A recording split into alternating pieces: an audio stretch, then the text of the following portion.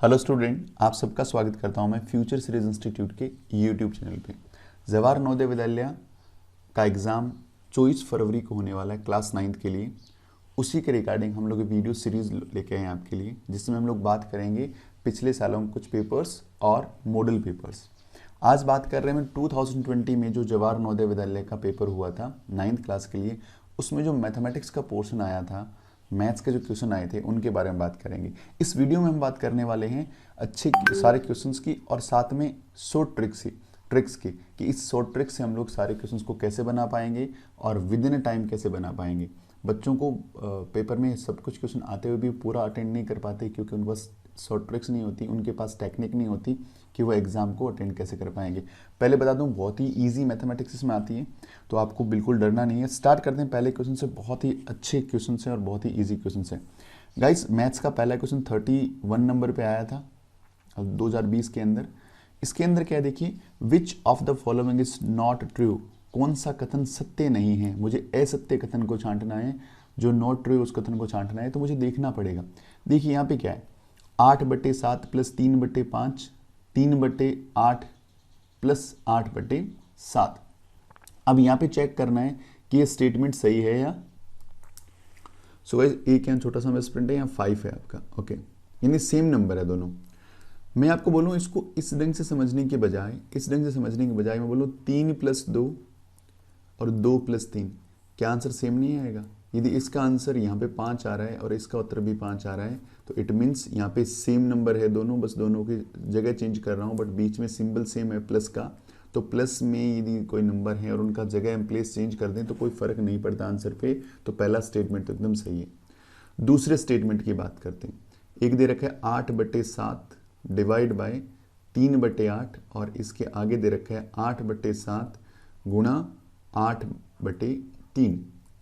अब ये दे रखा है, ये चेक करना है ये स्टेटमेंट सही है नहीं है। अपन लोगों ने सीख रखा होगा कि जब डिवाइड का सिंबल होता है तो उसको मल्टीप्लाई में कन्वर्ट कर लिया जाता है, और मल्टीप्लाई में कन्वर्ट करने के लिए जो आगे की तरफ नंबर लिखा है इसका रेसिप्रोकल यानी उसको उल्टा करके लिख दिया जाता है ऐसे। ये क्या हो जाएगा 8/3। तो 7/8 गुणा 8/3 इज इक्वल्स टू 7/8 गुणा 8/3, यानी 7/8 मल्टीप्लाई विद 8/3, और इधर भी है 7/8 मल्टीप्लाई विद 8/3, यानी ये स्टेटमेंट भी एकदम ट्रू है। गाइस बात करते हैं इस नंबर की आगे। 8/7 मल्टीप्लाई विद 3/8, सो इसमें सेम नंबर है, दोनों को मल्टीप्लाई किया जा रहा है। बहुत ही आसान है, इसको भी हम लोग इस ढंग से समझ सकते हैं, 3 × 2 इज इक्वल्स टू 2 × 3। देखिए प्लेस को चेंज करने से कोई फर्क नहीं पड़ रहा है आंसर पे। यहाँ भी 6 आ रहा है और यहाँ भी 6 आ रहा है, यही कॉन्सेप्ट यहाँ पे लगाना है। दोनों नंबर सेम है, बीच में मल्टीप्लाई का सिंबल है, यानी मल्टीप्लाई और डिवाइड के मल्टीप्लाई और प्लस के लिए इस चीज़ों का फर्क नहीं पड़ता कि नंबरों को आगे पीछे लिखा जा रहा है, आंसर ऑलवेज सेम आएगा। तो 8/7 मल्टीप्लाई 3/8 को मल्टीप्लाई करेंगे, देखिए 8 से 8 कैंसिल हो जा रहा है यहाँ पे, और ये आ गया 3/7। यहाँ भी 8 से 8 कैंसिल हो जा रहा है और यहाँ 3/7, यानी ये स्टेटमेंट क्या है, ट्रू है। अब बात आती है लास्ट वाले स्टेटमेंट की। ये दे रखा है 8/7 minus 3/8 is equals to 3/8 minus 8/7। इसका आंसर है वो इक्वल नहीं आएगा। इसको मैं सिंपल लैंग्वेज में पहले सिखाता हूँ आपको। 2 - 3 इज इक्वल्स टू 3 - 2। क्या आंसर सेम आ रहा है? नहीं आ रहा है। यहाँ पे आंसर आ रहा है माइनस का 1, यहाँ आ रहा है प्लस का 1, दोनों इक्वल नहीं है। तो इस तरह के क्वेश्चंस में क्या है, आपको इतना बड़ा कॉम्प्लिकेटेड कैलकुलेशन करने के बजाय कोई भी चीज़ लीजिए। क्यों? क्योंकि ये जो ऑपरेशंस होते हैं, जो बीच में सिंबल होते हैं, उनकी जो प्रॉपर्टी होती है वो सब जगह सारे नंबरों पे एक जैसी ही काम करती है, तो कोई स्पेशल इसमें नहीं रहता। तो बच्चों ध्यान क्या रखना है, छोटे छोटे नंबर लीजिए, उन पे अप्लाई करिए। यहाँ पे यदि मैं 7 और 8 का एलसीएम लेना चाहूँगा तो 56 7 8 56 56 आएगा। 7 से डिवाइड किया 8 बार, 8 8 64, 8 8 64 होता है। यहाँ 7 से डिवाइड किया 8 बार और 8 3 कितना हो गया, 8 से डिवाइड किया 7 बार, 7 3 कितना हो गया 21, और इधर कितना आ जाएगा, फिर 56 आएगा। अब इसमें क्या है 21 इधर आ जाएगा और 64 कहाँ आ जाएगा, इस तरफ आ जाएगा। 64 किस तरफ आ जाएगा, इस तरफ। अब इन दोनों को माइनस कर लेते हैं।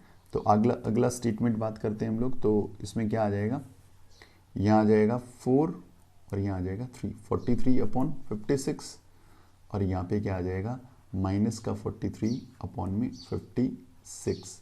तो तो क्या गाइस ये दोनों एक जैसे हैं? नहीं है, क्योंकि ये प्लस में आ गया और ये माइनस में आ गया, तो ये नॉट इक्वल्स टू है, यानी ये फोर्थ वाला जो स्टेटमेंट है यहाँ पे रॉन्ग है, तो इसका आंसर होगा डी। इसका राइट आंसर क्या होगा? डी। तो गाइज आपको छोटे छोटे बच्चों क्वेश्चन लेने, नंबर लेने और छोटे छोटे नंबरों पे अप्लाई करके देखना है, तो ये शॉर्ट ट्रिक इसकी हो सकती है। नेक्स्ट क्वेश्चन की बात करते हैं। The product of a non zero rational number and it's reciprocal, एक अशून्य परिमेय संख्या और उसके व्युत्क्रम का गुणनफल। व्युत्क्रम का गुणनफल देखो, नॉन जीरो तो मैंने ले लिया, जीरो नहीं लेना, तो मान लीजिए मैंने 5 ले लिया। इसका रेसिप्रोकल क्या होता है? 1/5 होता है हमेशा। इसका व्युत्क्रम क्या होता है? उसको उल्टा करके लिख दो। उल्टा मतलब इसमें कुछ भी नीचे नहीं है तो इसके नीचे 1 होगा, रेसिप्रोकल करोगे 1/5 हो जाएगा। इन दोनों को गुणा करना है, कर दो गुणा, कोई दिक्कत नहीं है। तो 5 से 5 कट के आंसर कितना आ गया? 1। तो जब कभी भी मान लीजिए आपने 2/3 सपोज किया, इसका रेसिप्रोकल करिए तो 3/2 आ गया, तो क्या हुआ? 3 से 3 कैंसिल, 2 से 2 कैंसिल, आंसर कितना आ गया? 1 आ गया। तो इस क्वेश्चन का राइट आंसर क्या हो जाएगा बेटा? 1 हो जाएगा। तो इसको डायरेक्ट इस स्टेटमेंट को ध्यान में रख सकते हो, हमेशा ये स्टेटमेंट सही है। The product of a non zero rational number and it's reciprocal, यानी एक अशून्य परिमेय संख्या और इनके व्युत्क्रमों का गुणनफल ऑलवेज 1 होता है। ये स्टेटमेंट डायरेक्ट आपको याद रखना है। और यदि आपकी बेसिक अच्छे से आपने कर रखे होते मैथ्स के, तो इस क्वेश्चन को करने में लगते सिर्फ आपका 1 सेकेंड। जैसे देखा, टिक किया, आगे बढ़े, आपको 1 सेकेंड में आंसर बना सकते थे। अगला क्वेश्चन देखिए, square of which of the following number will be, ये आधा लिखा हुआ है, निम्न में से किस संख्या के वर्ग में इकाई स्थान पर 6 आएगा। यानी मैं इसमें जो नंबर्स दे रखे हैं उनके स्क्वायर कर दूं, इसका स्क्वायर करके यहाँ लिखूं, इसका स्क्वायर करके यहाँ लिखूं, इसका स्क्वायर करके यहाँ लिखूं, स्क्वायर मतलब वर्ग कर दूं, इनका स्क्वायर कर दूं, वर्ग कर दूं। तो ये बोल रहा है कि इकाई स्थान पे, यानी यूनिट डिजिट की बात कर रहा है कि यूनिट डिजिट के ऊपर 1 आपका 6 आएगा। 6 कहाँ पे आएगा ये देखना भी, इसकी लास्ट में 6 आए, ऐसा कौन सा नंबर है। तो इसके लिए हम लोगों ने बहुत ध्यान से, बहुत अच्छे ढंग से पढ़ रखा है कि कोई भी नंबर है, इसमें थोड़ा सा बेसिक बात कर लेते हैं फटाफट। कोई भी नंबर है, यदि उसके लास्ट में 1 है, यूनिट डिजिट पे 1 है, कितना ही बड़ा नंबर है कोई फर्क नहीं पड़ता, इसका स्क्वायर करना है। तो लास्ट में यदि 1 है तो 1 का स्क्वायर होता है हमेशा 1। यदि लास्ट में 2 है तो 2 का स्क्वायर होता है 4। 3 है तो 3 का, इधर कितना लिखा कोई फर्क नहीं पड़ रहा, 3 का स्क्वायर होता है 9, 4 का स्क्वायर होता है 16, 5 का स्क्वायर होता है 25 मतलब 25, 6 का स्क्वायर कितना हो गया 36। एक बार के लिए मैं ले रहा हूँ, ये बाद में 1 और ये अप्रोप्रिएट नहीं है, इनको हटा देंगे अपन। 7 का स्क्वायर दैट इज 49, 8 का स्क्वायर दैट इज 64 और 9 का स्क्वायर दैट इज 81 और 100 या 10 जो लास्ट में 0, तो 0 का स्क्वायर होता है 0। ये देखिए यूनिट प्लेस पे यदि 1 है तो 1 आएगा, याद रखने का तरीका 1 है तो 1 आएगा, और 1 कहाँ आ रहा है 9 है तो 1 आएगा। तो यदि यूनिट डिजिट में, किसी नंबर के यूनिट डिजिट में इकाई स्थान पर 9 और 1 लिखा हुआ है तो उसके वर्ग करने से 1 ही आएगा। और इसी ढंग से लास्ट में यदि 1 लिखा हुआ है, वर्गमूल कर रहे हैं, तो यहाँ पे क्या आएगा 9 भी आ सकता है और 1 भी आ सकता है। दूसरा, लास्ट में यदि 2 है, 2 है तो क्या आ रहा है 4 आ रहा है, 2 है तो 4 आ रहा है। इसके अलावा 8 होने पे भी 4 आ रहा है, तो 8 और 2 यदि इकाई स्थान पर तो लास्ट में 4 आएगा। स्टेटमेंट आपको डायरेक्ट याद होना चाहिए। 3, 7 और 3 9 मान लीजिए, तो इकाई स्थान पे 9 आएगा। देखो 3 है तो भी 9 आ रहा है और 7 है तो भी 9 आ रहा है। तो ध्यान रखना है कि यदि लास्ट में किसी डिजिट के लास्ट में 7 लिखा हुआ है और लास्ट में 3 लिखा हुआ है, तो उसका वर्ग करने से, स्क्वायर करने से लास्ट में हमेशा 9 आएगा। इसी ढंग से 4 लिखा हुआ है और 4 का यदि लास्ट में स्क्वायर करते हो तो लास्ट में आता है 6, यानी 6 नंबर 6 आता है। और 6 के भी लास्ट में क्या आता है बेटा 6 आता है, यानी 4 और 6 का कॉम्बिनेशन हो गया। यानी एक ऐसा नंबर जिसके लास्ट में 4 लिखा हुआ है या 6 लिखा हुआ है, उसका स्क्वायर करोगे तो ऑलवेज 6 आएगा। ऑलवेज क्या आएगा 6 आएगा। इसी ढंग से बात करें 7 का हो गया, 8 का भी हो गया, 9 का भी हो गया, 5 का रह गया। 5 यदि लास्ट में है तो उसका वर्ग करने से 5 ही आएगा और वर्गमूल करने से भी 5 आएगा। तो 5 के लिए तो 5 ही याद रखना है ऑलवेज, और 0 के लिए लास्ट में 0 याद रखना है गाइस। तो ये सिंपल से कॉन्सेप्ट है, डायरेक्ट आपको लर्न होनी चाहिए। यदि आपको ये लर्न थे तो आप इसको देखते ही विद इन माइक्रो सेकेंड इसको बना सकते थे। लास्ट में 6 लाना है।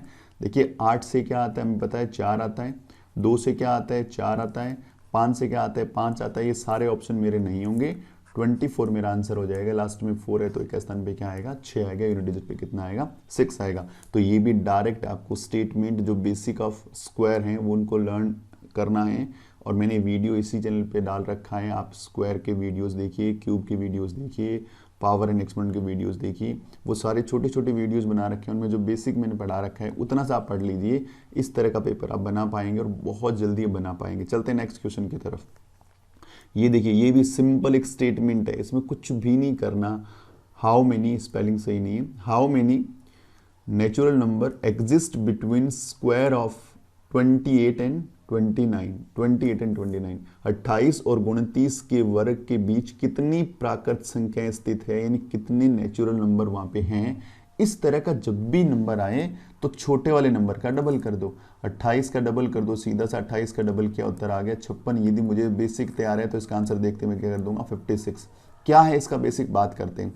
जब भी इस तरह के बड़े नंबर आए तो ध्यान रखना जो कॉन्सेप्ट यहाँ पे लग रहा है वो छोटे नंबरों पे भी सेम लगेगा। मैं बात करता हूँ 1 का स्क्वायर, तो 1 का स्क्वायर एक होता है। बात करता हूँ मैं 2 का स्क्वायर, 2 का स्क्वायर 4 होता है। तो 1 और 4 के बीच में कितने नंबर आ रहे हैं, 2 डिजिट आ रहे हैं बेटा, 2 डिजिट आ रहे हैं। तो क्या किया मैंने, इस छोटे वाले नंबर का जिसका वर्ग कर रहा हूँ उसको डबल टाइम मल्टीप्लाई कर रहा हूँ, 2 आंसर आ रहे हैं। तो क्या करना है, जब भी ऐसे लगातार नंबर हो, देखो 1 और 2 लगातार नंबर थे, तो जब भी ऐसे कंटिन्यू नंबर दे रखे हो उनका स्क्वायर करके उनके बीच में नेचुरल नंबर आपसे पूछे तो छोटे वाले नंबर का डबल कर दो। इसका भी मैंने कॉन्सेप्ट वीडियो के थ्रू समझा रखा है, स्क्वायर एंड स्क्वायर रूट का वीडियो देखिए, उसमें इस कॉन्सेप्ट को मैंने 2n का फॉर्मूला मैंने बता रखा है, यानी जो भी छोटा नंबर है उसको ट्वाइस कर दो, डबल कर दो, तो आपका आंसर आ जाएगा। इसको करने के लिए चाहिए मात्र आपको 2 सेकंड का टाइम इस क्वेश्चन को बनाने के लिए।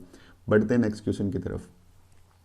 बेटा ये क्वेश्चन देखते ही बना पाएंगे, आपको बस छोटे छोटे रूट स्क्वायर याद होने चाहिए। 81 का रूट आपको पता है 9 होता है, 256 का रूट आपको पता है 16 होता है, और फिर एक कंप्लीट रूट है, दोनों को ऐड किया 25 होता है, और आंसर कितना आ जाएगा इस क्वेश्चन का, 5। इसको बनाने के लिए भी 5 सेकंड मैक्सिमम लगना चाहिए, क्योंकि आपको टेबल स्क्वायर क्यूब पे काम करना है, और बेसिक कॉन्सेप्ट पे जितना अच्छे से काम करोगे आप उस पे काम करिए। नेक्स्ट क्वेश्चन की तरफ बढ़ते हैं। ये भी एकदम स्टेटमेंट वाला क्वेश्चन है, कुछ भी इसमें नया नहीं है, सिंपल स्टेटमेंट याद रखो, आंसर याद रहेगा। Which one of the following will have the cube root ending with 3। इनमें से मैं सबका यदि क्यूब रूट करूं, क्यूब रूट बनाओ। अब क्यूब रूट के लिए ये तो रूट का सिंबल है, देखो यहाँ छोटा सा 3 आएगा, छोटा सा क्या आ जाएगा, यहाँ पे 3 आएगा। तो क्यूब रूट करने से लास्ट में 3 आना चाहिए, वो चीज़ मुझे ध्यान है। तो इसके लिए मुझे बेसिक पता होना चाहिए। बेसिक क्या पता होना चाहिए बेटा अपने को, देखिए 1 का क्यूब होता है, 1 का घन की बात कर रहा हूँ मैं, और घनमूल की बात कर रहे हैं, ये घनमूल बोलते हैं क्यूब रूट को हिंदी में। 1 का क्यूब 1 होता है, 2 का क्यूब बात करेंगे तो 8 यानी 8 होगा, 3 का क्यूब 27, 4 का क्यूब होगा आपका 64, 5 का क्यूब आपका 125, 6 का क्यूब 216, 7 का क्यूब 343, और स्पेस को थोड़ा नीचे लेते हैं, 8 का क्यूब हो गया आपका 512, 9 का क्यूब 729, और 10 का क्यूब हो गया बेटा 1000। बहुत ही कमाल की चीज़ देखिए। सो गाइस बहुत इंटरेस्टिंग देखिए, 1 का क्यूब किया, इकाई पे 1 आया, यूनिट डिजिट 1 आया, 2 का क्यूब किया, यूनिट डिजिट 8 आया, 3 का क्यूब किया, यूनिट डिजिट 7 आया, 4 का क्यूब किया 4 आया, 5 का क्यूब किया 5 आया, 6 का क्यूब किया लास्ट में 6 आया, 7 का क्यूब किया 3, 8 का क्यूब किया 2, 9 का क्यूब किया 9, और 0 का क्यूब किया 0। इट मीन्स देखिए 1, फिर कौन सा बच गया आपका, फिर बच गया 4, 5, 6, 9 और 0। आप इनका क्यूब कर रहे हैं, देखिए 1 का क्यूब 1 हो रहा है, 4 का क्यूब कर रहे हैं 64 यानी लास्ट में 4 आ रहे हैं, 5 का 125 5 आ रहे हैं, 6 का 216, और 9 का 729, और 0 का 0, यानी इनका यूनिट डिजिट चेंज ही नहीं हो रहा, इनका यूनिट डिजिट चेंज नहीं हो रहा। यदि इकाई स्थान पे ये कोई नंबर हैं तो इनके नंबर सेम होंगे, 1 की जगह 1 आएगा, 4 की जगह 4 आएगा, 5 की जगह 5, 6 है तो 6, 9 है तो 9, और 0 है तो 0, तो इनमें कोई नो चेंज है, ध्यान रखना। चाहे इसमें मैं घन कर रहा हूँ या घनमूल कर रहा हूँ, कोई फर्क नहीं पड़ता, याद रखना। देखिए 125 है, इसका घनमूल करूँगा तो 5 आ जाएगा, क्या आ जाएगा 5, तो इसके यूनिट डिजिट में भी 5 है, इसके यूनिट डिजिट में भी कितना है 5 है, 5 है। तो ध्यान क्या रखना है, 1 4 5 6 9 0, इनमें कोई नो चेंज, इनमें कोई चेंज नहीं होता। अब ध्यान रखना है 3 है तो 7 आ रहा है, और 7 है तो 3 आ रहा है, बस इनको आपस में याद रखना है। 7 है तो 3, 3 है तो 7। ये क्वेश्चन भी आपका इसी से, देखिए क्या पूछ रहे हैं, घनमूल में 3 आना चाहिए, घनमूल करने पर 3 आना चाहिए, मतलब ओरिजिनल नंबर में कहीं ना कहीं 3 होना चाहिए, घनमूल करने पे 3 होना चाहिए। तो इसका यहाँ पे क्या दे रखा है आपको, इसका आपको क्यूब दे रखा होगा, तो लास्ट में क्या होना चाहिए, यहाँ पे 7 होना चाहिए, लास्ट में क्या होना चाहिए, 7 ही होना चाहिए। यानी आप 27 का क्यूब रूट करोगे तभी तो 3 आएगा ना, घनमूल करोगे तभी 3 आएगा। इसी ढंग से इनमें से किसका क्यूब रूट करेंगे लास्ट में 3 आ जाए, तो उसके लिए लास्ट में 7 होना जरूरी है। देखो इसके लास्ट में 7 नहीं है, कैंसिल हो गया, 7 नहीं है, कैंसिल हो गया, 7 नहीं है, कैंसिल हो गया। मेरा आंसर हो गया फर्स्ट वाला। और यदि आपके बेसिक कॉन्सेप्ट थोड़े से पता है और इसको और अच्छे ढंग से आपको करना हो तो आप मेरा घन और घनमूल वाला वीडियो देख लो, उसमें मैंने सारी चीज़ों को बहुत ही डेप्थ में जाके बताया गया है। तो ये सिर्फ डायरेक्ट क्वेश्चन किया, स्टेटमेंट वाले क्वेश्चन है, आपको स्टेटमेंट अच्छे से तैयार है तो आपको इसमें कोई कैलकुलेशन भी नहीं करनी पड़ेगी। गाइस बढ़ते हैं नेक्स्ट क्वेश्चन की तरफ। ये भी डायरेक्ट स्टेटमेंट है, कुछ नहीं करना आपको। एक नंबर को 3 बार मल्टीप्लाई किया जा रहा है, इट मीन्स 4 का क्यूब करना है आपको। 4 का क्यूब 64 होता है, पता लग गया मुझे, तो 64 है सारे ऑप्शंस में। अब बात आती है पॉइंट की, कि यहाँ भी क्या है 0.04 है, अगला भी 0.04 है, 4 है, और अगला क्या 0.04 है। अब क्या देखना है, देखो 0 0 0 है, इधर 0 से तो फर्क नहीं पड़ रहा, सिर्फ 4 4 लिया, 64 आ गया, मुझे पता लग गया।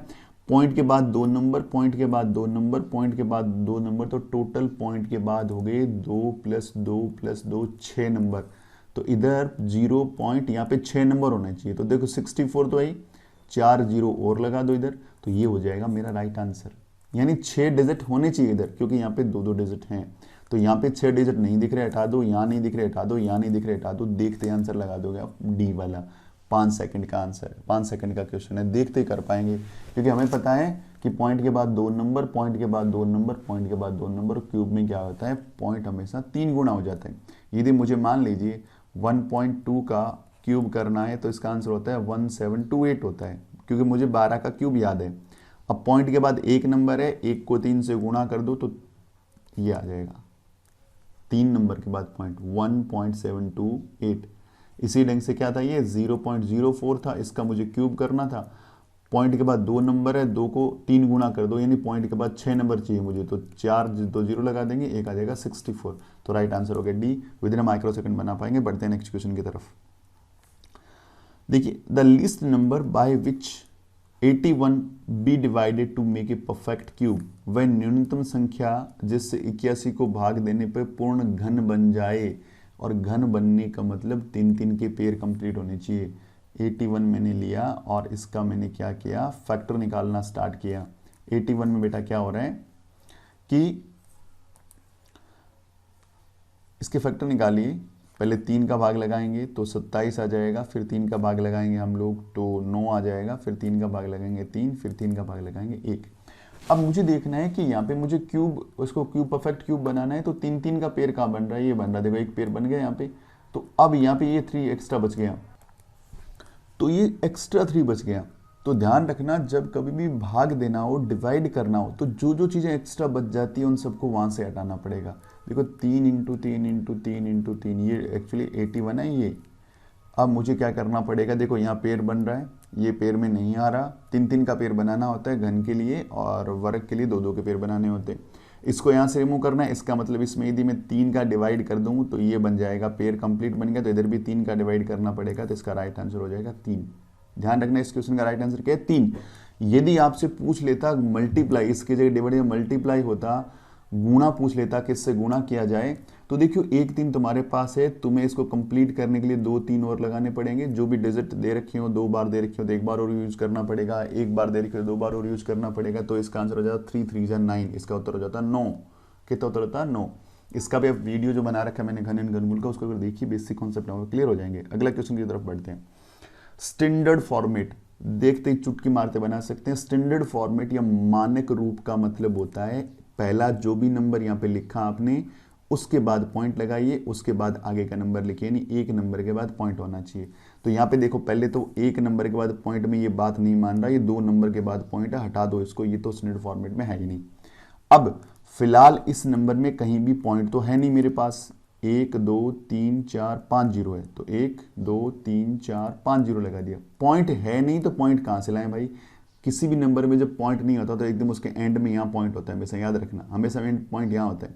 अब इस पॉइंट को मुझे लेफ्ट में भेजना है या राइट में भेजना है। यदि पॉइंट को मैं लेफ्ट में चला रहा हूं तो पावर बढ़ेगी और किस में बढ़ेगी, प्लस में बढ़ेगी। किस में बढ़ेगी, प्लस में, ध्यान रखना। यदि हम लोग लेफ्ट में जाते हैं तो प्लस में बढ़ती है, और पॉइंट को मुझे इधर चलाना पड़ता है तो पावर किस में बढ़ती है, माइनस में, ध्यान रखना।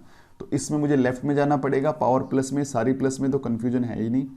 इधर कितने लेके जाना पड़ेगा, 1 2 3 4 5 6 7, क्योंकि इस पॉइंट को मुझे एक नंबर के बाद यहाँ शिफ्ट करना पड़ेगा।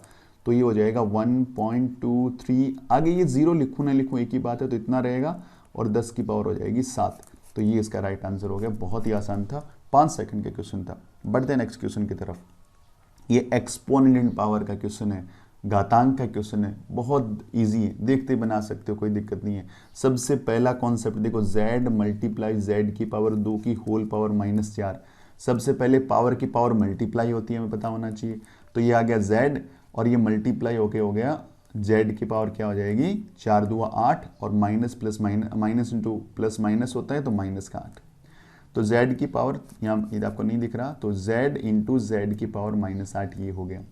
अब आपको अगला कॉन्सेप्ट लगाना है कि जब बेस समान हो और पावर अलग अलग हो तो पावर जुड़ जाती है, यानी when base are equal and powers are different then base remain same, power will be added, यानी दोनों जुड़ जाएगी। तो यहाँ पे पावर कुछ नहीं है तो 1 है, यहाँ पे क्या माइनस का 8 है, तो z का z रहेगा 1 प्लस माइनस का 8, और माइनस के 8 में से 1 गया तो z की पावर माइनस में 7। और यदि आपका बेसिक कॉन्सेप्ट पे अच्छे से काम किया हुआ है, यहाँ क्वेश्चन पढ़ा, यहाँ टिक किया, आगे बढ़े, और 100% क्वेश्चन सही होगा। इसका मैंने वीडियो बना रखा है, जाइए और बेसिक देखिए। एक्सपोनेंट पावर घातांक का एक वीडियो बना रखा है, इसी चैनल पे सर्च करिए और अपने बेसिक कॉन्सेप्ट के लिए इसमें और तरह के क्वेश्चंस भी आ सकते हैं। तो आप लोगों को इसके बेसिक्स पे बहुत ध्यान देना पड़ेगा। और इस पेपर में बार बार देख रहा हूँ कि सारे के सारे सिर्फ बेसिक पूछे हुए, डेप्थ का कोई क्वेश्चन है ही नहीं।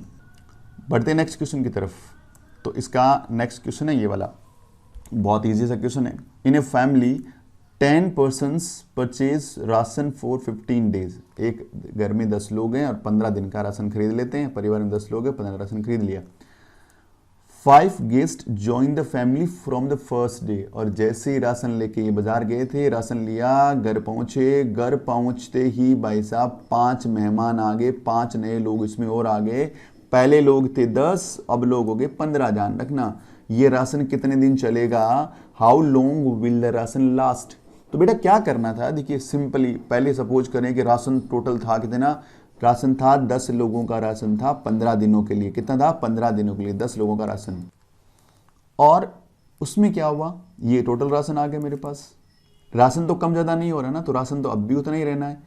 अब ये तो है आदमी और ये हैं डेज फिलहाल। अब आदमी जो बढ़ गए, क्योंकि पहले 10 थे, अब 2 लोग कितने हो गए, 15। अब कितने दिन चलेगा हमें नहीं पता, तो x डेज चलेगा। कितने दिन चलेगा, x दिनों तक चलेगा राशन। 15 से 15 कैंसिल हो गया, x का वैल्यू आ गया 10। यानी आपको देखते ही क्वेश्चन को बना सकते हैं। 10 सेकंड का क्वेश्चन है, थोड़ा सा लिखने में टाइम जरूर लग सकता है। 10 सेकंड्स में इस क्वेश्चन को बना सकते हो।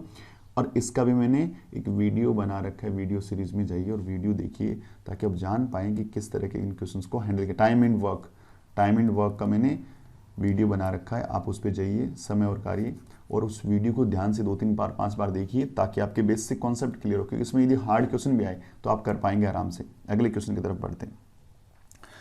देखिए, if the distance travelled by the rickshaw in 1 hour is 10 किमी, the distance covered by the same rickshaw with same speed in 1 minute। कुछ नहीं करना, एक रिक्शा है, 1 घंटे में 10 किमी दूरी तय करता है। इसी गति से इस रिक्शा द्वारा 1 मिनट में दूरी तय की गई। भाई कितनी दूरी तय कर लेगा, कुछ नहीं करना। देखो बेटा, आपको पता है 1 घंटे में डिस्टेंस कितनी है, 10 किलोमीटर। 1 मिनट का निकालना है तो 1 घंटे मिनट कितनी होती है, यहाँ लिखिए 60 मिनट। और उत्तर देखो मीटर के अंदर है, किसमें, मीटर में उत्तर दे रखा है। तो इसको मीटर में चेंज करना हो, 1000 से गुणा कर दो। किलोमीटर किसमें बन गया, मीटर में बन गया। 1 0 से 1 0 ये कैंसिल हो गया। अभी 1 मिनट का निकालना हो तो क्या आ जाएगा, 1000/6। 2 से काट दो, 500/3। आगे कटेगा नहीं, उत्तर आ गया 500/3 मीटर। टाइम एंड वर्क का क्वेश्चन है, बहुत ही अच्छा सा क्वेश्चन है। टाइम एंड वर्क का वीडियो मैंने बना रखा है, उसको भी जाके देख सकते हैं आप। So question number 43, 43 number question बहुत ही आसान है। If Nidhi purchase a book of ₹500, GST is 12%, she will pay, Nidhi ने 500 रुपये मूल्य की, कुल्यनी मूल्य है ये, कि एक पुस्तक खरीदी, उसका जीएसटी 12% हो तो देय राशि कितनी है। यानी जीएसटी का मतलब हो गया एक्स्ट्रा टैक्स लग रहा है, और टैक्स का पैसा हमेशा जुड़ता है। कितना है टैक्स का पैसा हमेशा जुड़ता है। अल्टीमेटली मुझे क्या करना है, 500 रुपये तो देने ही पड़ेंगे, साथ में 500 रुपये का 12% भी निकालना पड़ेगा, और 12% भी इसमें ऐड करके देना पड़ेगा। ये वाला इतना पैसा मुझे देना पड़ेगा। सिंपल सा बात है, जो भी टैक्स लगता है वो एक्स्ट्रा पे करना पड़ता है, और वो उसके क्रय मूल्य में जुड़ जाता है, वो उसकी अपनी लायबिलिटी बन जाती है। तो क्या करना है, देखिए 500 ये है, प्लस में हो गया ये 500 का 12%, तो 12 और परसेंट का चिन्ह हटता है, बटा में आता है 100, 2 जीरो से 2 जीरो, 12 पंजे 60, 60 हो गया, और हो गया 560 आंसर इसका। ये था बेसिक तरीका। अब आपको सिंपल सा, इसका आंसर तो 560 है, करने का तरीका सिंपल सा, देखते ही बना पाएंगे। आपको पता है 12% एक्स्ट्रा देना है, तो सीधा जो ओरिजिनल अमाउंट है उसको 12% एक्स्ट्रा का मतलब 100 प्लस 12 हो गया 112, और बटा में हो गया 100, 2 जीरो से 2 जीरो, इनको मल्टीप्लाई करेंगे 560 आंसर आ जाएगा। हो गया काम, और विद इन 1 कैलकुलेशन कर पाएंगे। परसेंटेज का एक वीडियो मैंने अपलोड कर रखा है, उसके जाइए, उसके बेसिक देखिए। नेक्स्ट क्वेश्चन बात करते हैं हम लोग। If a number is increased by 30% then decrease by 30%, the net increase and decrease percentage will be। यदि किसी संख्या में 3% की वृद्धि की जाए फिर 3% की कमी की जाए, तो बताओ उसको शुद्ध हानि या लाभ कितना होगा। इस तरह का क्वेश्चन, बेसिक क्वेश्चन है। एक छोटा सा फॉर्मूला बता रहा हूं, a plus B plus minus A B upon 100। ये सिंपल सा बेटा फॉर्मूला है, plus minus A B upon 100। क्या है ये, पहली वृद्धि या कमी, ये पहली दूसरी वृद्धि या कमी, और उनके अकॉर्डिंग यहाँ पे चिन्ह आएगा, उनके अकॉर्डिंग यहाँ पे चिन्ह आएगा। यदि ये दोनों चिन्ह समान हैं तो ध्यान रखना किस रंग का चिन्ह आएगा, दोनों चिन्ह अलग अलग हैं तो माइनस आता है, ये ध्यान रखना है आपको, ठीक है।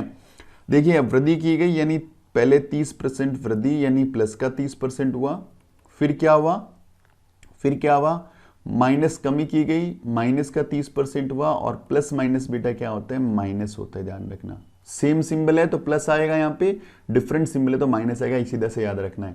अब क्या करना है, a इंटू बी गुणा करना है, तो 30 गुणा में हो गया 30, और बट्टा में कितना आ गया 100। देखिए प्लस का 30 माइनस का 30, ये तो हो गया 0, तो ये तो यहाँ तो भूल ही जाओ। सिंपल इतना सा कैलकुलेशन आपको करना है, 0 से 0 कैंसिल, 0 से 0 कैंसिल, 3 3 9, और ये उत्तर आ गया माइनस का 9, और माइनस सिंबल ये दिखाता है उसको होगा लॉस। क्या होगा, लॉस, हानि होगी उसको। और हानि कितनी होगी, उसको हानि होगी, यहाँ पे हानि लिखना चाहिए था, यहाँ पे हानि होगी उसको, पहली बात है।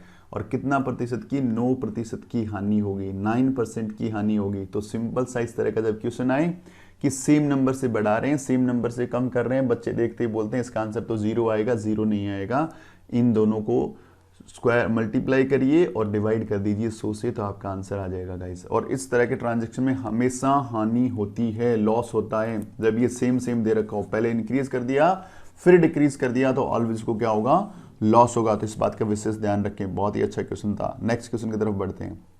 अगला क्वेश्चन, द कंपाउंड इंटरेस्ट, मुझे कंपाउंड इंटरेस्ट निकालना है। ₹10 at the rate of 10% per annum for the 2 year will be 10 रुपए पर 10% वार्षिक की दर से 2 वर्ष का चक्रवर्ती ब्याज। बहुत ही आसान क्वेश्चन है। आप लोगों को क्या करना है, सिंपल सा अभी वाला फॉर्मूला ही लगाना पड़ेगा। क्या लगाएंगे, a प्लस बी, पहले साल 10% बढ़ा फिर 10% बढ़ा। मैंने फॉर्मूला क्या बताया था अभी, a plus B A B upon 100। ध्यान रखना ये फॉर्मूला बहुत इंपॉर्टेंट है। मैंने परसेंटेज के वाले वीडियो में इसका डिस्कशन किया है। आप बोलेंगे तो मैं इस पर नया एक वीडियो भी बना दूंगा। यहाँ पे लिखेंगे आप 10 गुणा 10 बटा में 100। 10 और 10 कितना हो गया बेटा, 20 हो गया। ये कैंसिल हो गया, ये हो गया 2 यानी 22%। कितना हो गया, 22% हो गया। अब क्या करना है मुझे अल्टीमेटली कितना करना है कि इसका 22% ही तो निकालना है मुझे। सॉरी, ये 21% निकालना है। कितना परसेंट निकालना है, 1 गुणा 1 1 होता है ना, तो 21% मुझे निकालना है। किसका 21% निकालना है, 10 रुपए का 21% निकालना है। तो निकालिए, 10 गुणा 21% बट्टा में आ गया 100, 1 0 से 1 0 कट गया, 21 को 1 से गुणा किया, 21 बट्टा में 10, उत्तर आ गया 2.1। 2.1 कहाँ है, देखो 2.1 ये नहीं है, सिंपल से 2.1 दिख रहा है, आप देखते ही बना पाएंगे, बाकी तो आंसर मैच ही नहीं कर रहे, कैलकुलेशन करने की जरूरत नहीं थी, सिंपल आपको पता है 10 और 10 20 होता है, 10 गुणा 10 100 होता है, 100 को 100 से कैंसिल करेंगे, एक आएगा, 20 प्लस 1 21 होता है, 21 देख लो कहाँ पे हैं, एक में ही था 21, तो इस क्वेश्चन को तो करने में आपको सेकंड लगनी चाहिए, सेकंड्स, है ना। ओके गाइस, नेक्स्ट क्वेश्चन पे बात करते हैं हम लोग। ये बोल रहे हैं which of the following like, इसके जैसा कौन है। तो सबसे पहले देखो पावर देख लो भाई, पावर देख लो सारे वेरिएबल्स की, तो पावर सब में देखिए ये तो सेम सेम है। 32, 32 को क्या लिख सकता हूं मैं, 30 को लिख सकता हूं 8 गुणा 4, या लिख सकता हूं 16 गुणा 2, या लिख सकता हूं 2 गुणा 2 गुणा 2 गुणा, ऐसा करके मैं 5 बार लिख सकता हूं। देखो ये वाला कहीं दिख नहीं रहा, 16 कहीं दिख नहीं रहा, हटा दो। अब देखो सिर्फ नंबर का देखना है, चेक करना है, 8 3 24, यहाँ पे 24 आ रहा है, यहाँ पे 32 है, ये कैंसिल हो गया। 6 को 6 से गुणा किया 36, 36 नहीं 32 है, कैंसिल हो गया, ये काम का नहीं है। 6 3 18, ये भी कैंसिल हो गया, और 8 चौका 32, ये वाला आंसर आ गया। तो आई थिंक ये तो बच्चों वाला क्वेश्चन दे दिया इन्होंने, ये इस क्वेश्चन के इस पेपर के लायक क्वेश्चन तो है ही नहीं। अगले क्वेश्चन की बात कर रहे हैं, ये बताना है आपको अखंडनीय गुणनखंड, अखंडनीय गुणनखंड को एक बात और बोला जा सकता है अभाज्य गुणनखंड, अभाज्य गुणनखंड। इरिड्यूसिबल फैक्टराइजेशन, इरिड्यूसिबल का मतलब होता है प्राइम, प्राइम फैक्टराइजेशन, आपको कंफ्यूज करने के लिए अखंडनीय वर्ड दे दिया गया, ये अभाज्य है। तो देख लो ना कौन कौन से नंबर में, देखिए क्या सीधा मैं पर्सन क्वेश्चन एक बार देख ही नहीं रहा, मैं सीधा डायरेक्ट आंसर देख रहा हूं। देखो यहाँ पे 9 है, क्या 9 एक अभाज्य संख्या है, प्राइम नंबर है। यदि आपको ये बेसिक नहीं पता तो मैंने इसमें एक नंबर सिस्टम का 9वीं क्लास का एक वीडियो बना रखा है संख्या पद्धति का, उस वीडियो को देखिए, उसमें आपको सारे नंबर्स की संपूर्ण जानकारी है, आप वहां पे जाके देख सकते हैं। 9 प्राइम नंबर नहीं, हटा दो, इसमें भी 9 आ गया, प्राइम नंबर हटा दो, इसमें भी 9 आ गया, हटा दो, उत्तर आ गया, डायरेक्ट देखते हैं। यानी आपने कुछ नहीं किया, आंसर आ गया, आपने आंसर प्रश्न को देखा भी नहीं। अब प्रश्न को देखते हैं हम लोग, क्या है आपका z की पावर 2 है, फिर y की पावर 3 है, और x की पावर यहाँ पे क्या है 1 है, ठीक है। तो देखो x की पावर 1 है, यहाँ पे सब जगह 1 ही थी, कोई दिक्कत नहीं। अब देखो 63, तो 63 का क्या हो सकता है, 63 को कैसे तोड़ सकता हूँ मैं, 3 का भाग दिया 21 आ गया, फिर 3 का भाग दिया 7 आ गया, और 7 में आगे भाग जाएगा नहीं, यानी 63 को लिखा जा सकता है 3 गुणा 7, यानी आपको इस ढंग से भी निकाल सकते हो इसको, पहले 3 का भाग दिया 21 आया, फिर 3 का भाग दिया 7 आया, फिर 7 का भाग दिया 7 का 1 आया। यानी ये सारे के सारे प्राइम नंबर होने जरूरी है, अभाज्य संख्या होना जरूरी है, ऐसा एक ही जगह हो रहा है, तो इसका राइट आंसर हो गया डी। सो गाइस बढ़ते हैं नेक्स्ट क्वेश्चन, 48 नंबर क्वेश्चन है। ये क्वेश्चन देखने में हार्ड जरूर लग रहा है कई बच्चों को, लेकिन कुछ है ही नहीं, ये क्वेश्चन कुछ ही नहीं है। देखो 3a/5 plus 2b/3, same number देखो 3a/5 माइनस 2b/3, यानी क्या है, ये वे वाला फॉर्मेट है, a plus B, a minus B, एक बार कोई संख्या दो संख्या प्लस में दे रखी है, दोनों संख्या माइनस में दे रखी है, बीच में गुणा का चिन्ह है, तो सिंपल क्या करना होता है, a का स्क्वायर माइनस b का स्क्वायर, यानी पहली संख्या का स्क्वायर करिए, माइनस का चिन्ह लगाइए, दूसरी संख्या का स्क्वायर करिए। इस क्वेश्चन में करना इतना सा था, 3a/5 का स्क्वायर करना था, माइनस 2b/3 का स्क्वायर करना था, बस। तो 3 का स्क्वायर हो गया 9, a का स्क्वायर हो गया a स्क्वायर बटा में 25, तो 9a/25 कहाँ है, देखो इसमें नहीं आ रहा है, हटा दो, 9a स्क्वायर बटा में 25 सब में, इन तीनों में आ रहा है, ठीक है। आगे चलते हैं, 2 का स्क्वायर हो गया 4, b का स्क्वायर b बटा में 9 कहाँ आ रहा है, इसमें नहीं आ रहा, हटा दो इसको। ये दो ऑप्शन अपने देखो, यहाँ पे नीचे 5 है, ये हटा दो, ये मेरा राइट आंसर हो गया, बस। आप फटाक से क्वेश्चन को बना सकते हैं, 10 सेकंड का क्वेश्चन था। यदि आपको ये वाला फॉर्मूला आता है, इस तरह के फॉर्मूला करना हो तो आप वीडियोस को लगातार देखते रहिए, और कोई आपको डाउट लगता है तो मुझे बताइए, मैं उस वीडियो भी बना दूंगा आपके लिए। नेक्स्ट क्वेश्चन की बात करते हैं, ये भी एकदम चंदो क्वेश्चन है, कुछ नहीं है, सेम फॉर्मूला भी लगेगा, a का स्क्वायर माइनस b का स्क्वायर, एक बार लिख दो इसको प्लस में और एक बार लिख दो इसको माइनस में, ये फॉर्मूले से क्वेश्चन हो जाएगा। एक तरीका तो है कि मैं 2005 का स्क्वायर करूं, इसमें से फिर 1995 का भी स्क्वायर करूं और दोनों को माइनस कर दूं। एक तरीका है मैं इस पूरे को a मान लूं, इसको b मान लूं, अल्टीमेटली ये a का स्क्वायर माइनस b का स्क्वायर, यानी इसको लिख सकता हूं एक बार तो प्लस में, एक बार लिख सकता हूं प्लस में, और एक बार लिख सकता हूं इसको माइनस में, या स्पेस का मैं नीचे लिख रहा हूं। प्लस करोगे तो 4000 आएगा, माइनस करोगे तो 10 आएगा, तो 4000 को 10 से गुणा कर दो, 40,000 इसका उत्तर आ जाएगा। 40,000 इसका उत्तर आ जाएगा। उत्तर नंबर 1, कुछ भी कैलकुलेशन करने की रिक्वायरमेंट नहीं है। 1% कैलकुलेशन नहीं करनी है इसमें बेटा, देखते क्वेश्चन बना सकते हो। ठीक है, अगले क्वेश्चन की तरफ बढ़ते हैं। आपको एरिया दे रखा है स्क्वायर का और आपको साइड पूछी है। ये थोड़ा सा अच्छा क्वेश्चन बोल सकता हूँ, एक अच्छा क्वेश्चन जो है जो मुझे देखने को मिला। तो इसमें अपने को ये सोचना पड़ सकता है, थोड़ा सा अलजेब्रा क्वेश्चन है, अच्छा क्वेश्चन है। अब आपको सिंपल क्या, देखिए आपको वर्ग का क्षेत्रफल दे रखा है, भुजा पूछी है, तो आपको पता होना चाहिए वर्ग का क्षेत्रफल होता क्या है। आप बोलेंगे सर भुजा गुणा भुजा, भुजा गुणा भुजा, साइड गुणा साइड होता है इसका फॉर्मूला।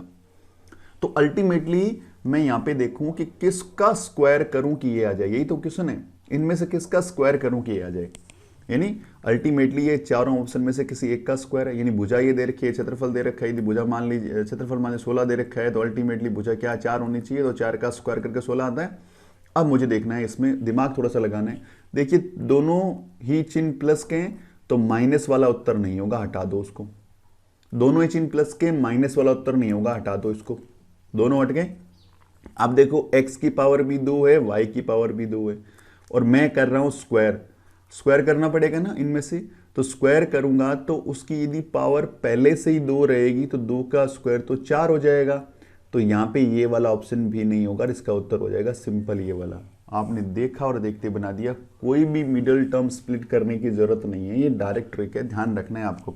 इसमें आपको लगता हो कि ये क्वेश्चन कैसे मैंने कर दिया, तो आप मुझे कमेंट बॉक्स में कमेंट करें, तो मैं इस तरह में और वीडियोस भी बना।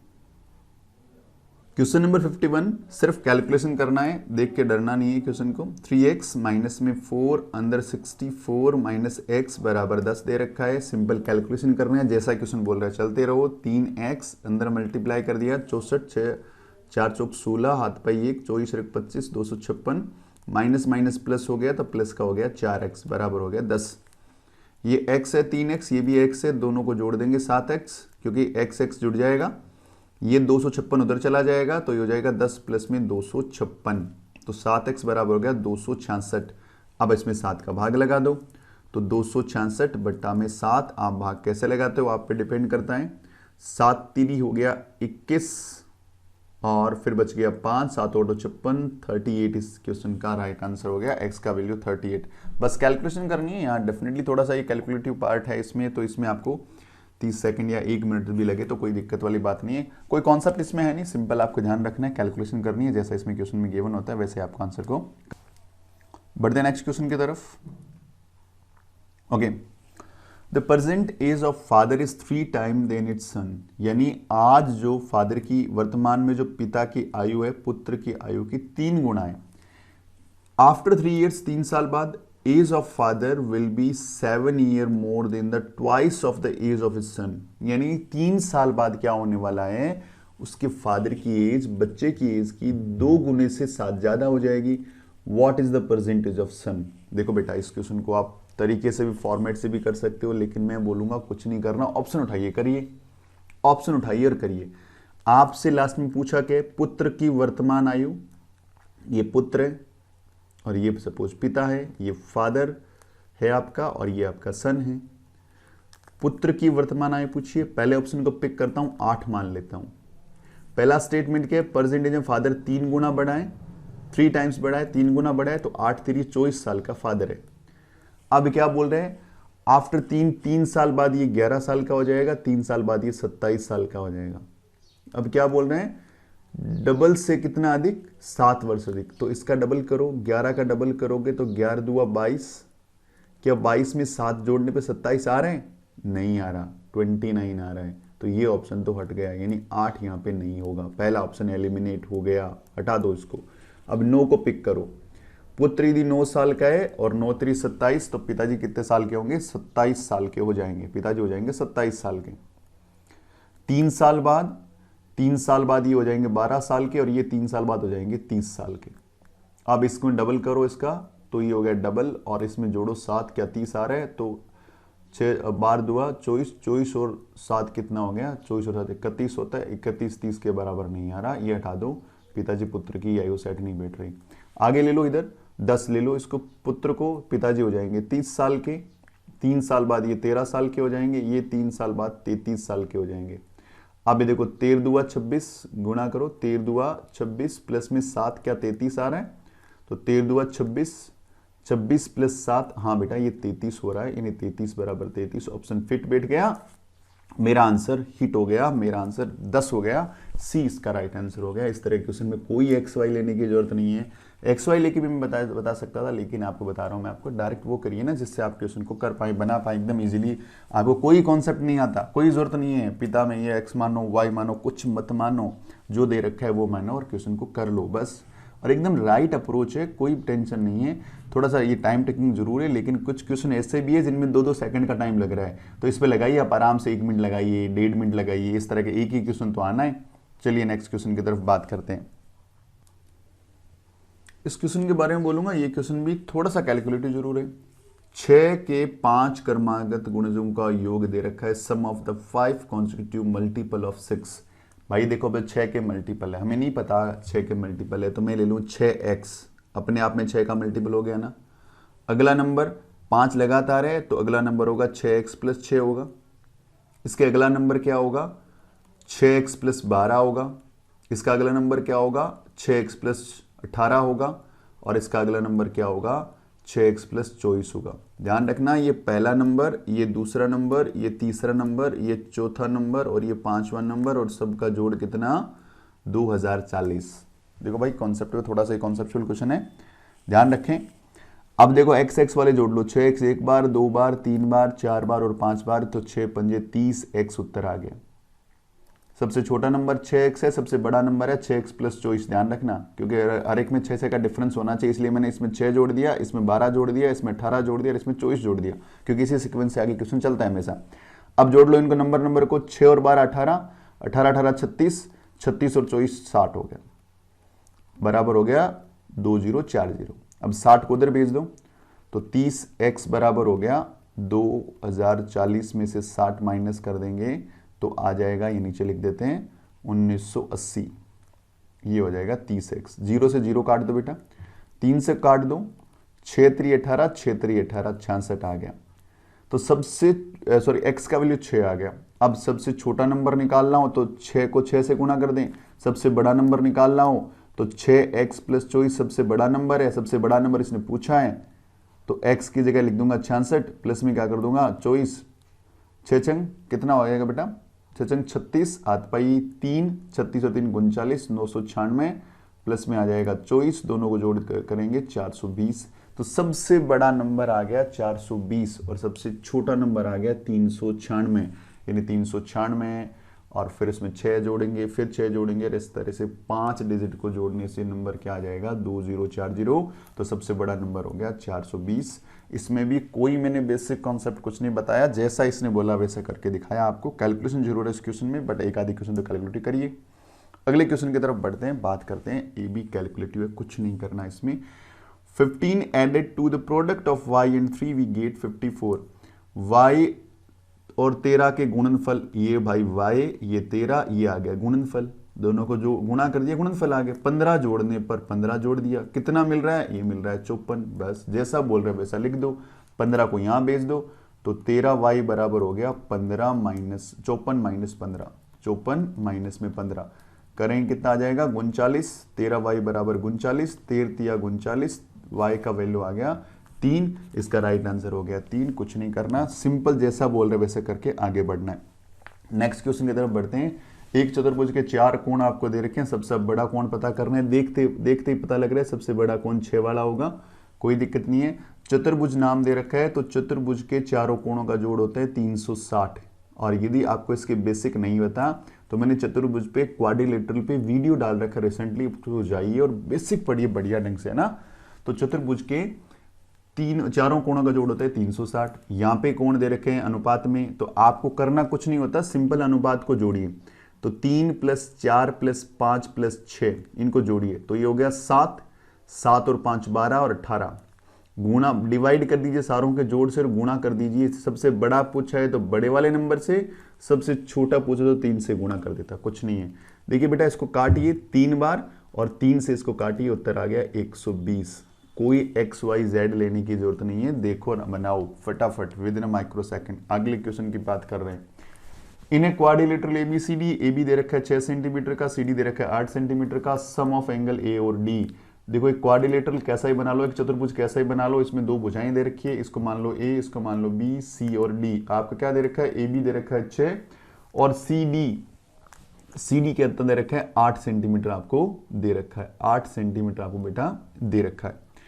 अब क्या करना है आपको कि एक कोण ए और डी, दो एंगल है, उनका सम कितना है 180 डिग्री, यानी इन दोनों एंगल का सम जो है आपको 180 डिग्री दे रखा है। इन दोनों का जोड़ कितना दे रखा है आपको 180 डिग्री आपको दे रखा है गाइस।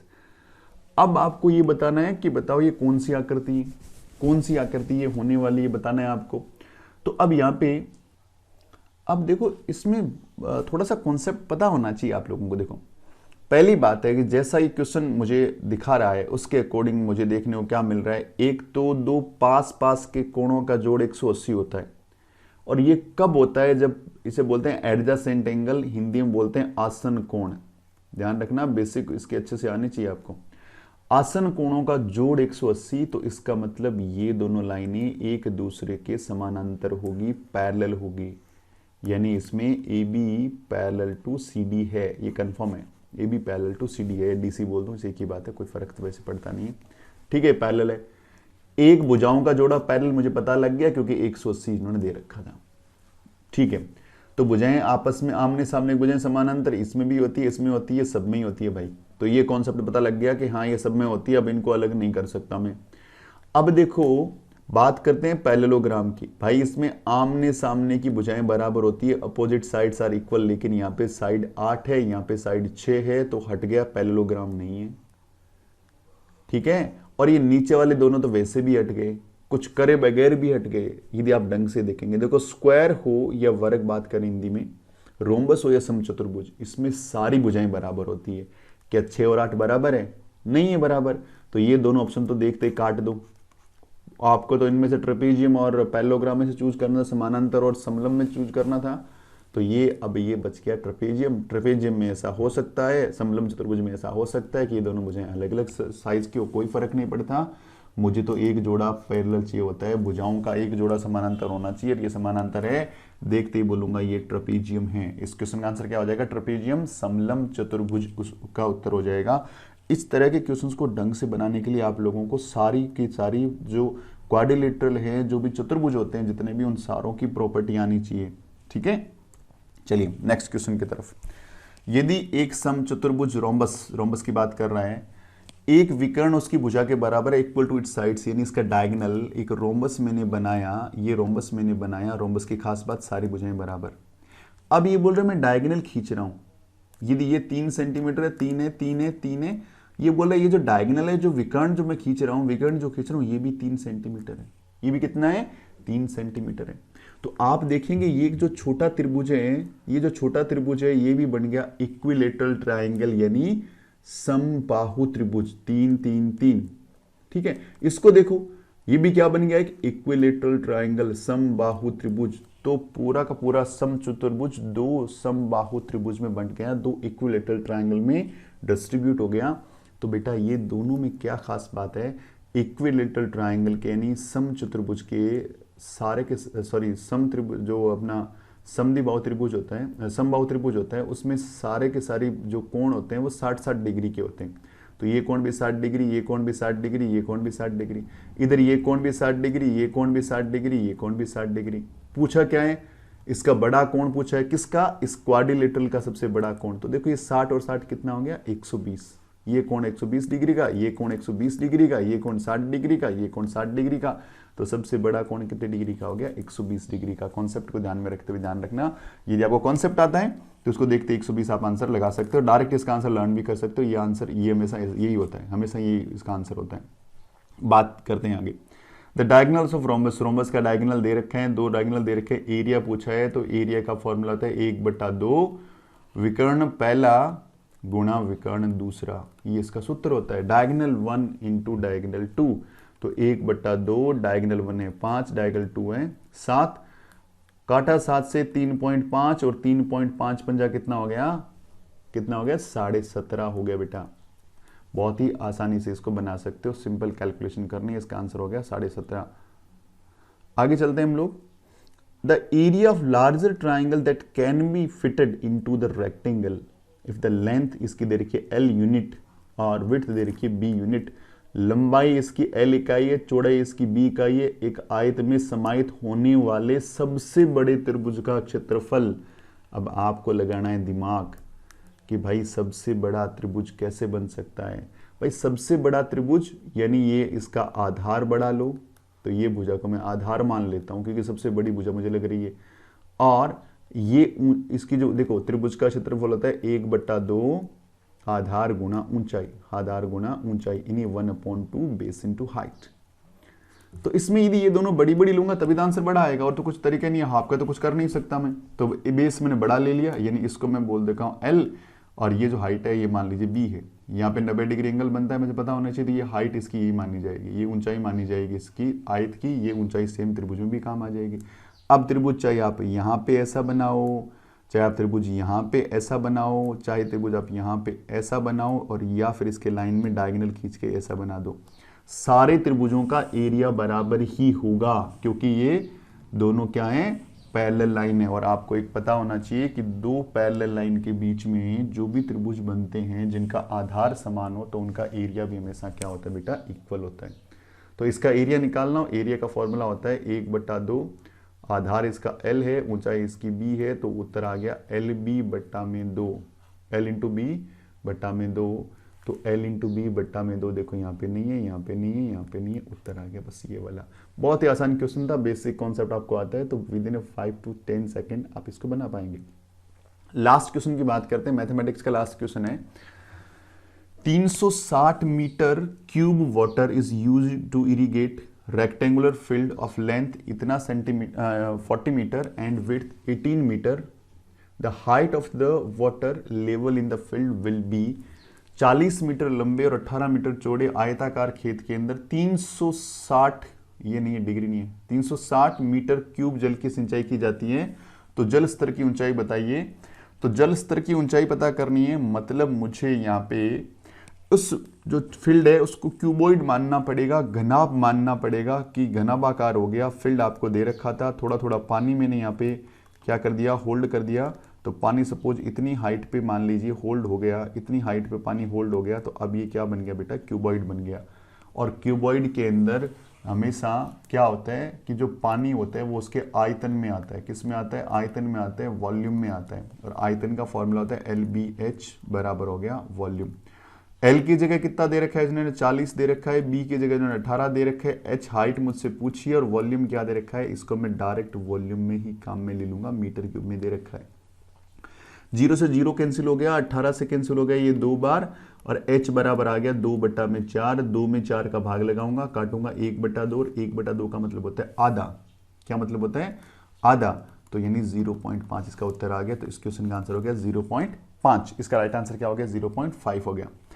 तो गाइस इस ढंग से ये इस पेपर का मैंने आपको सॉल्यूशन बताया। मैंने कोशिश की है आपको अच्छे अच्छे कॉन्सेप्ट बताने की, बेहतरीन कॉन्सेप्ट बताने की। साथ में मैं लगातार आपके साथ जुड़ा रहूंगा। 2019 का पेपर डिस्कस करेंगे, 2018 का पेपर डिस्कस करेंगे। साथ में मैं आपको रिकमेंड करूंगा कि आप इस चैनल पे जितने भी वीडियोज हैं जो मैथमेटिक्स के लिए मैंने बना रखे हैं, आप जाइए उनको एक बार देखिए जब भी आपको फ्री टाइम होता है।